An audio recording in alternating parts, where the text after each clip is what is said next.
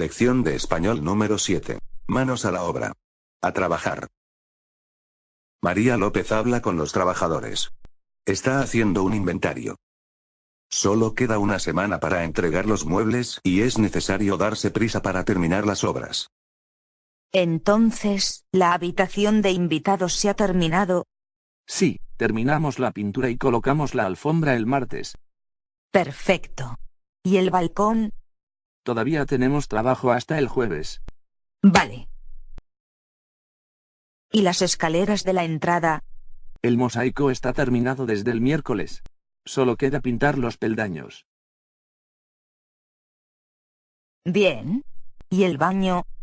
Terminado desde el lunes. Perfecto. Entonces, si entiendo bien, queda por terminar el comedor y la sala de estar. ¿Es eso? Y la cocina. ¿Cómo? Eso no puede ser. No hay problema. Jueves o viernes terminamos. Uf. Volveré el viernes. Adiós, Miguel Ángel. Adiós, señora. Y sin ninguna sorpresa, ¿eh? A trabajar.